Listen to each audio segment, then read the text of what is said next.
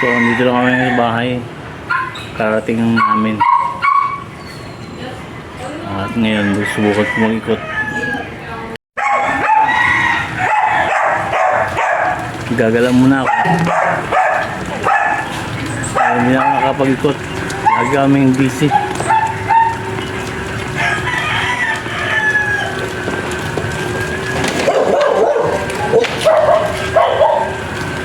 Lagi kami nasa Subic dahil naasikaso ko yung pagpapagawa ng pagpaparenovate ng bahay ng nanay ko. Ako ang natasan na asikaso. Kaya araw-araw kami sa Subic mula umaga hanggang hapon. Hindi na nakakapaglakad. Ngayon hapon subukan ko mag-ikot-ikot kasi namimiss ko na rin tong wheelchair ko. Ngayon lang nagkaroon ng pagkakataon habang naglilinis si Ate Sheila ng bahay. Hindi na kasi nakapaglinis dahil busy nga. Kasama ko sa palagi sa Subic. Kaya hindi na rin siya nakapaglinis. So ngayon hapon, ngayon na lang di siya naglilinis ng bahay. Habang naglilinis siya, ako naman gagala. Kaya ito, paikot-ikot muna ako dito sa Dali, titignan ko, pakita ko yung daan. Ayan. Dito ako sa namin. Community namin.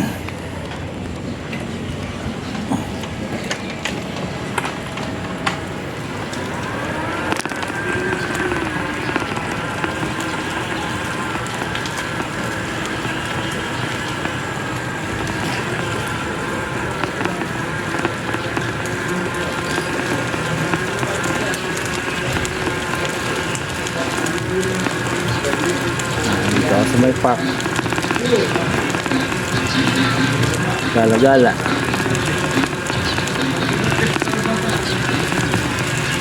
May lobot na rin pala ito.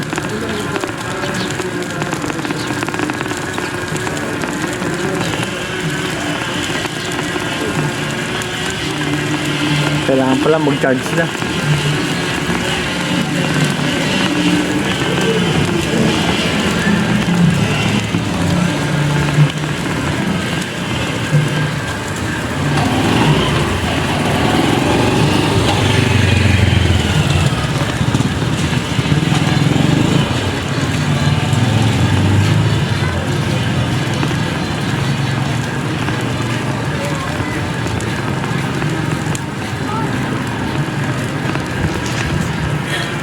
So, nakaikot pa ako dito sa block namin. Actually, block 11 na to.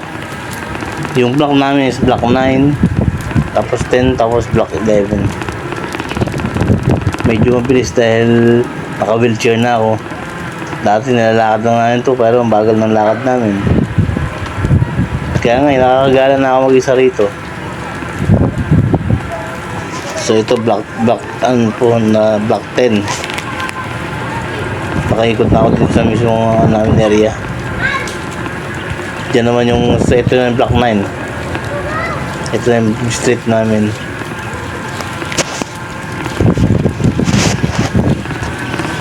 Ayan po yung namin. Ito naman yung street namin. So, kahit paano, nalilibang din. Yan bahay namin.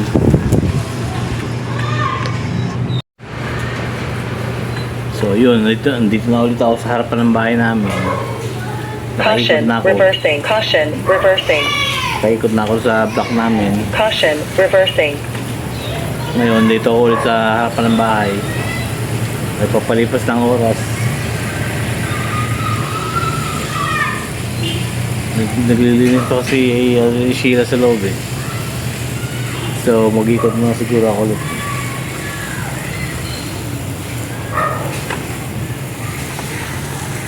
Ikot ako ulit, isa.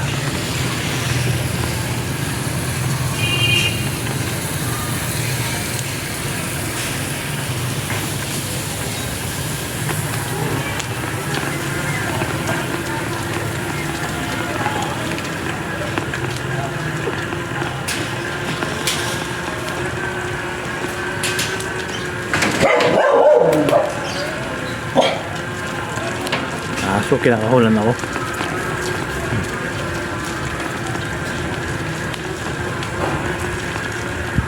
Ganito ang buhay ng mga PWD. Nililibang ko na lang ang sarili. Malungkot eh. Lagi lang sa bahay. Hindi makalabas, wala makausap. Ako na lang gumagawa ng paraan para malibang ako eh. Nililibang ko na lang ang sarili ko.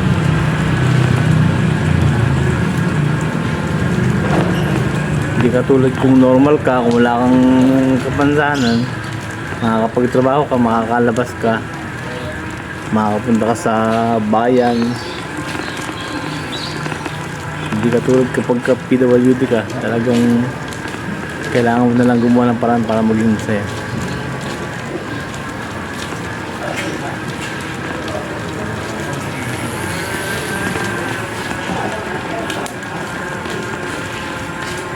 Lock 10, lock 15.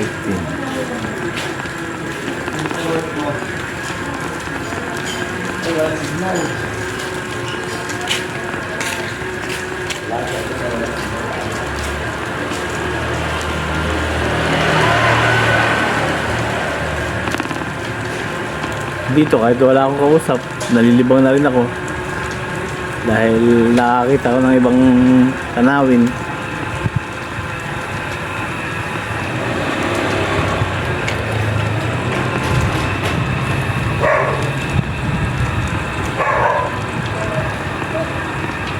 Ayun, nakaikot na naman ako ng isang block.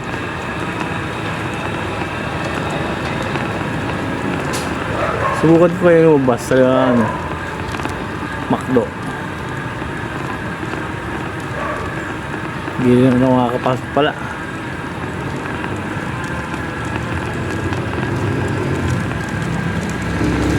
Mahirap kasi maraming sasakyan.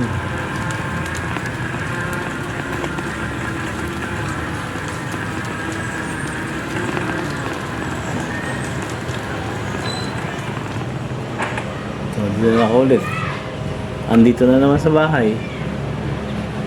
Yes? Wala eh. Ikot-ikot lang. Yes, pasok ka na. Gusto mo maglakad? Ha? Maglakad tayo? Yes.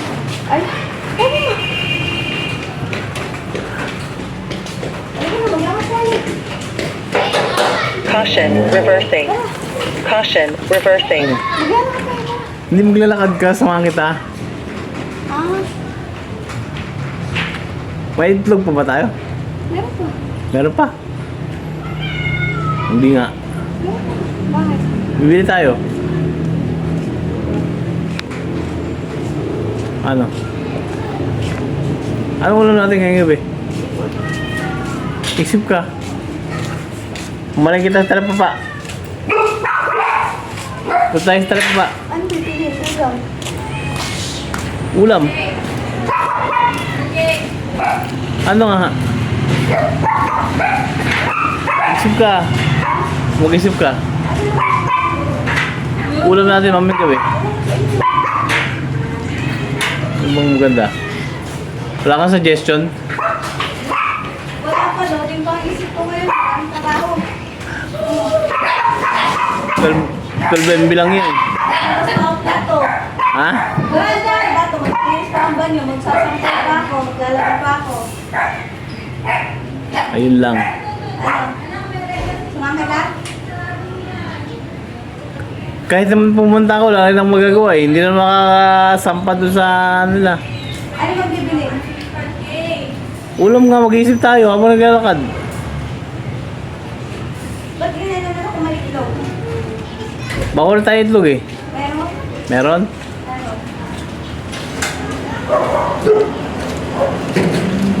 At pa muna tayo dyan? Hindi ko pa kasi nagpalala mo sa kalab ako ah. Ha?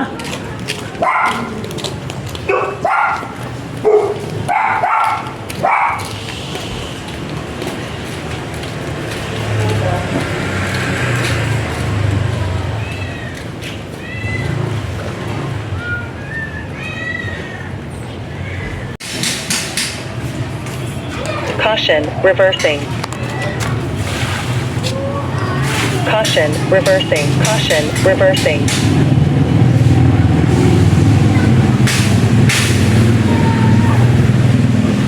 Caution reversing.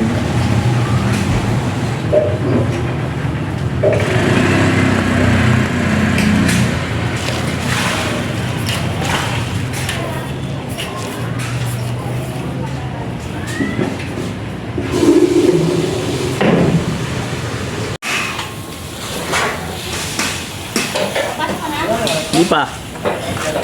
Bakit? Nag-iisip ako ng bibilihin eh.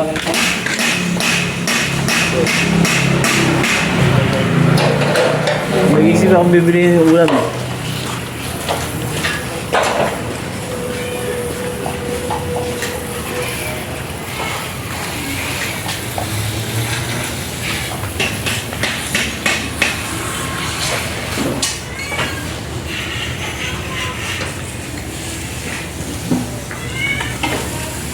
Subukan ko mag-ikot dito.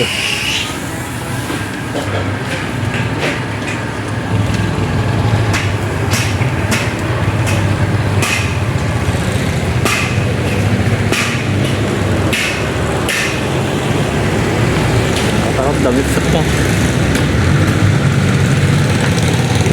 Tuloy ang ikot. Tuloy ulit ang pag-ikot ko sa block namin. Nakakainit talaga ng walang ginagawa, kaya ganito lang ang libangan. Siguro kung yung mga nanonood, makikita ninyo kung gaano ka-boring yung kalagayan namin tulad ng mga PWD. Ito lang makausap, kailangan talagang gumawa ka ng paraan para malibang kayo. Ganyan po kalungkot ang buhay namin. Kaya marami mga mga PWD na katulad namin yung sa sobrang board nila kung ano na naisip ng gawin. Siguro yung iba hindi kinakaya, bigay sisiraan ang ulo, kaya yun ang mahirap sa namin. Pagka mahina-hina ka talaga, ibigay ka. Kailangan sa mga katulad namin merong pagkakaabalahan yung isip. Dapat may mga makakausap.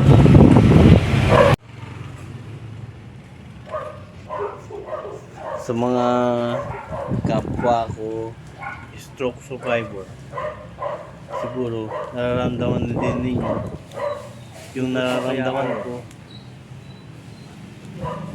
Kaya mahirap talagang maging ganito. Hindi maintindihan ng mga normal na tao dahil normal sila eh.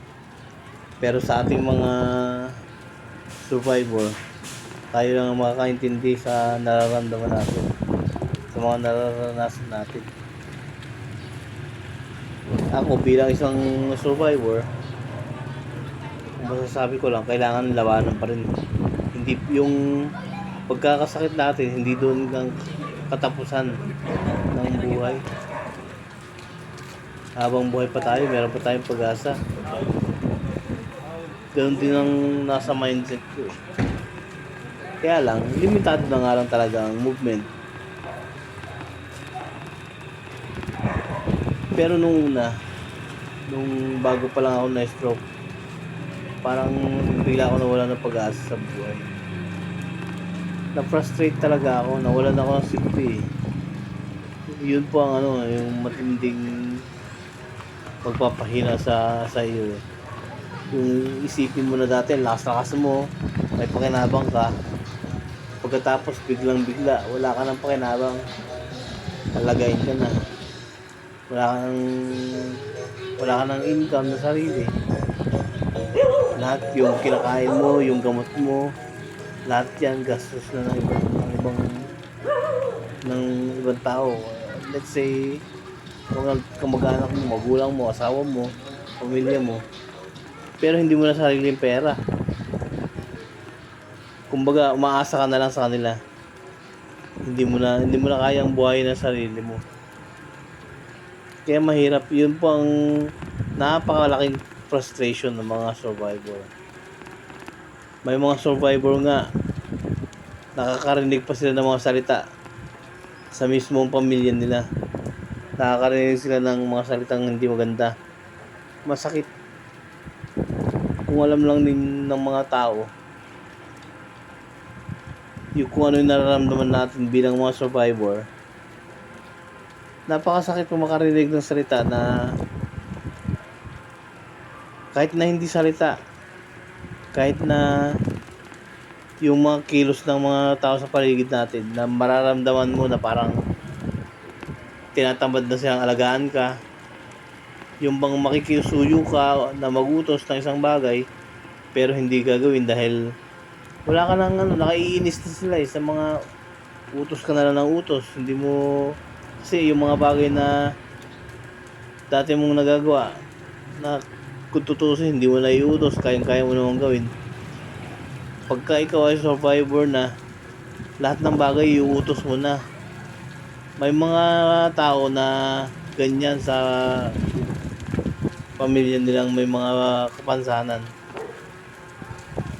Kaya masakit po para sa atin, para sa aming mga PWD, na maramdaman yung mga kamag-anak mo or kapamilya mo na nagsasawa na. Mararamdaman mo na nagsasawa na silang mag-alaga sa'yo. Tinatamad na silang gawin yung mga bagay na gusto mo ipagawa. Unang-una kasi wala ka nang pakinabang. Wala na silang pakinabang sa'yo. Hindi ka na nakakapaghanap buhay, hindi ka na makakapagbigay sa kanila. Ganun talaga ang kailangan natin harapin. Kailangan harapin ng mga taong katulad natin. Dito na naman ako sa bahay. Nakaka-frustrate pero kailangan natin tanggapin. Kasi kasalanan din naman natin eh. Dahil kung hindi tayo nagpabaya sa sarili nating kalusugan, hindi naman tayo magkakaganito. Kaya ganun pa man, kung maka-encounter tayo ng mga ganyang bagay, tanggapin na natin ng maluwag sa puso natin. At kung may pagkakataon ka, instead na magmukmuk ka, instead na ma-frustrate ka sa buhay mo, manalangin ka na lang sa Diyos.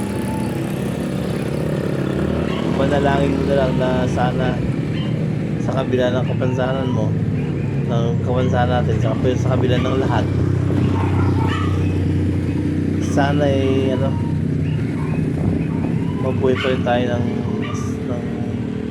sapat hanggang matupad yung mga bagay na gusto natin matupad.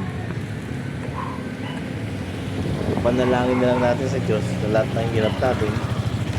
Sana dumating din yung panahon na magkaroon tayo ng pag-asa, pag-asang gumaling, pag-asang bumalik sa normal ang katawan natin.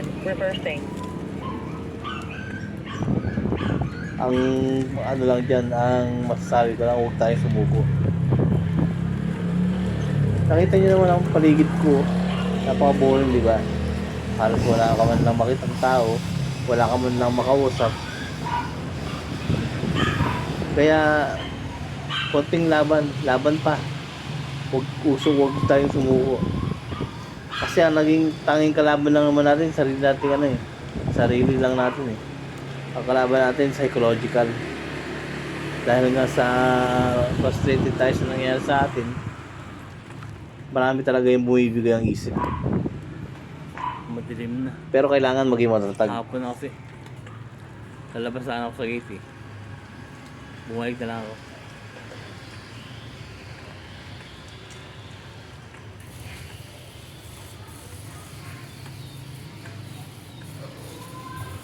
Garahe na siguro.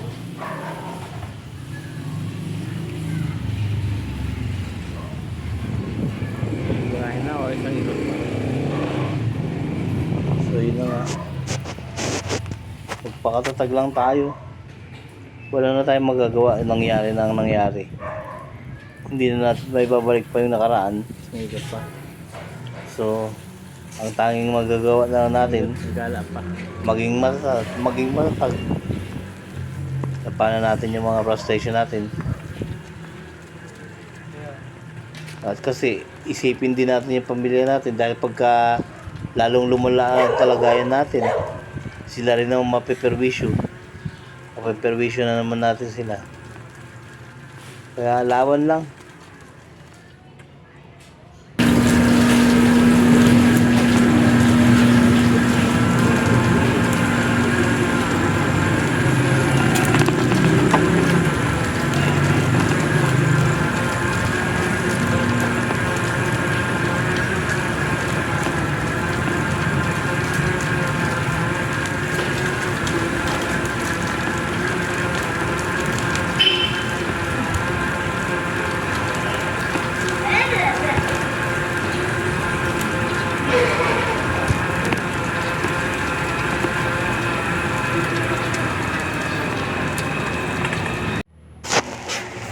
Sinubukan kung ano ba, umiikot pa ulit.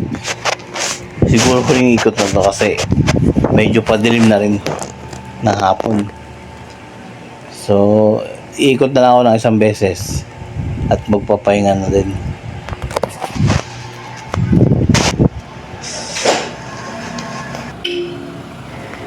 So, yung mga kapwa ko survivor, Caution. Reverse caution. wala naman akong pwedeng ma-inspire kundi kayo eh. Kundi mga katulad lang natin ng mga survivor din. Kayo lang naman ang pwedeng makinig sa mga sinasabi ko. Pwedeng manood sa mga ina-upload kong video. Tayo lang naman din ang pwedeng magdamayan.